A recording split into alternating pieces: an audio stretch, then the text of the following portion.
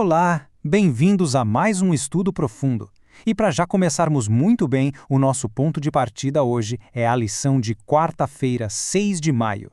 O tema principal que a gente vai explorar juntos é fascinante: Moisés, líder consagrado. Essa é uma daquelas jornadas incríveis onde a gente examina não só as atitudes e os desafios de um dos maiores líderes de toda a história bíblica, mas principalmente o coração dele. Então prepara aí, porque uma análise muito enriquecedora nos aguarda. Ter essa data de quarta-feira, 6 de maio, fresquinha na mente é super importante. Ajuda a gente a organizar a sequência do material e a absorver cada detalhe, cada lição, exatamente dentro do seu contexto diário. Bom, vamos mergulhar de cabeça nisso. O documento que baseia o nosso estudo diário de hoje não foca naqueles atos heróicos estrondosos de Moisés, sabe? Aqueles que a gente vê em filmes. A ideia aqui é entender a essência silenciosa da liderança dele. É dessa fonte que a gente vai extrair cada princípio e cada texto bíblico da nossa conversa de hoje. O nosso roteiro hoje é bem direto. Olha só. Primeiro, a data, quarta-feira, 6 de maio. 2. Moisés, líder consagrado. 3. Diálogo com o Senhor.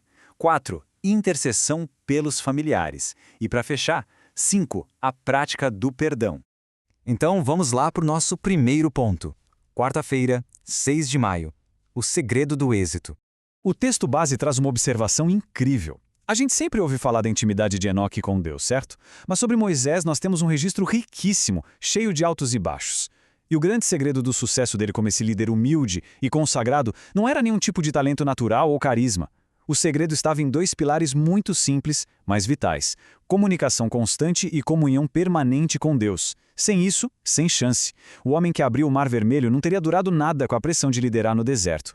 Avançando para a nossa próxima parte.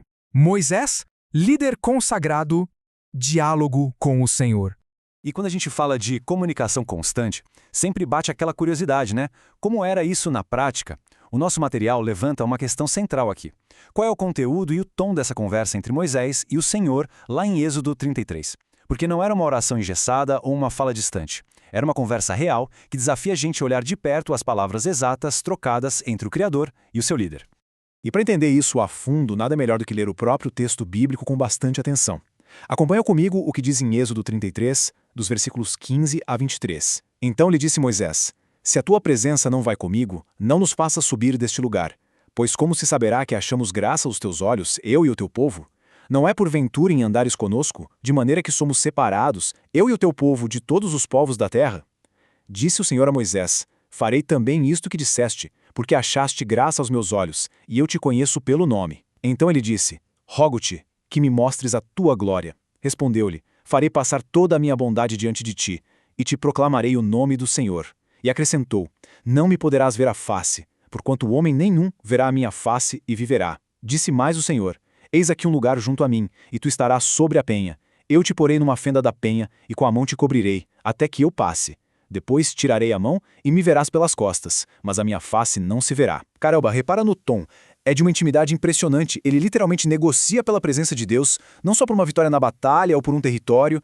E aqui a gente vê um contraste que é gigante. Falar com Deus e ouvir a voz dele assim, com toda essa clareza, é de arrepiar. De um lado da balança a gente tem o Moisés, que ansiava por essa comunhão direta. Deus já vinha preparando ele desde aquele momento marcante lá na sarça ardente. Do outro lado, o povo de Israel. E surpreendentemente eles preferiam a distância. Sério, como está lá em Êxodo 20, a Bíblia relata que o povo ficou apavorado e pediu para que só Moisés falasse com Deus com medo de morrerem. Ou seja, a diferença brutal entre o líder e os israelitas era justamente esse desejo pela proximidade com o Senhor.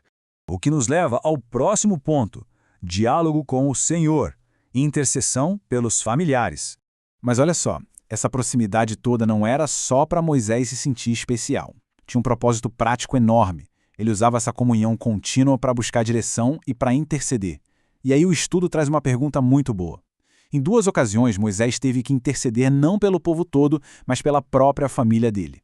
Quais foram exatamente essas situações? E o que teria acontecido se ele simplesmente não fizesse nada? As respostas mostram momentos de tensão altíssima dentro da própria casa dele. A primeira crise envolveu o irmão dele, o Arão, naquele episódio super conhecido e trágico da idolatria com bezerro de ouro. A segunda situação foi com a irmã dele, a Miriam, que acabou sendo dominada pela crítica e por um ciúme enorme contra a liderança do próprio Moisés. E ler os textos bíblicos nos dá a exata dimensão do perigo que estava rondando ali. Olha o que Moisés relata em Deuteronômio 9, versículo 20. O Senhor irou-se muito contra Arão para o destruir, mas também orei por Arão ao mesmo tempo. O Senhor estava pronto para destruir todo mundo por causa daquela rebelião feia de Êxodo 32. Mas a intercessão desesperada do Moisés salvou a vida do irmão dele. Ele se colocou totalmente na brecha por quem tinha acabado de falhar de forma terrível. Já no caso da Miriam, a história está em Números 12. Ela atacou ele com palavras super duras, a ira de Deus se acendeu e ela ficou leprosa na hora. E como Moisés reagiu? A gente vê isso em Números 12, versículo 13.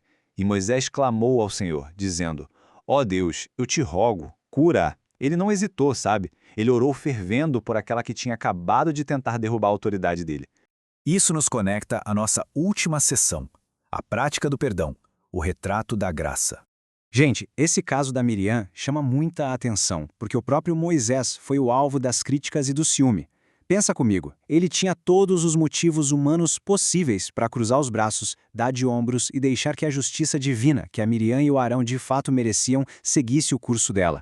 Mas o que ele faz? Ele se apressa em perdoar e interceder. Isso é um retrato absolutamente lindo e poderoso da graça de Deus, refletida na vida de um líder de carne e osso. E o legal desse estudo é que ele faz uma ponte perfeita com o Novo Testamento. Ele chama a gente a viver isso hoje.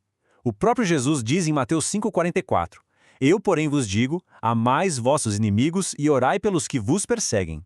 E Paulo reforça lá em Colossenses 3,13: suportai-vos uns aos outros, perdoai-vos mutuamente, caso alguém tenha motivo de queixa contra outrem. Assim como o Senhor vos perdoou, assim também perdoai vós. Moisés já vivia essa prática milênios antes desses textos serem escritos. Para fechar a nossa análise, o material deixa uma provocação para a gente levar para o nosso dia a dia. Como aprender a praticar esse nível de perdão no calor da emoção das nossas relações? E por que perdoar rápido, assim como Moisés fez com a própria família, é tão fundamental não só para manter a paz com as pessoas, mas principalmente a nossa comunhão constante com Deus. Fica aí essa reflexão poderosa para nós. Espero que esse estudo tenha edificado muito a vida de vocês. A gente se encontra na próxima.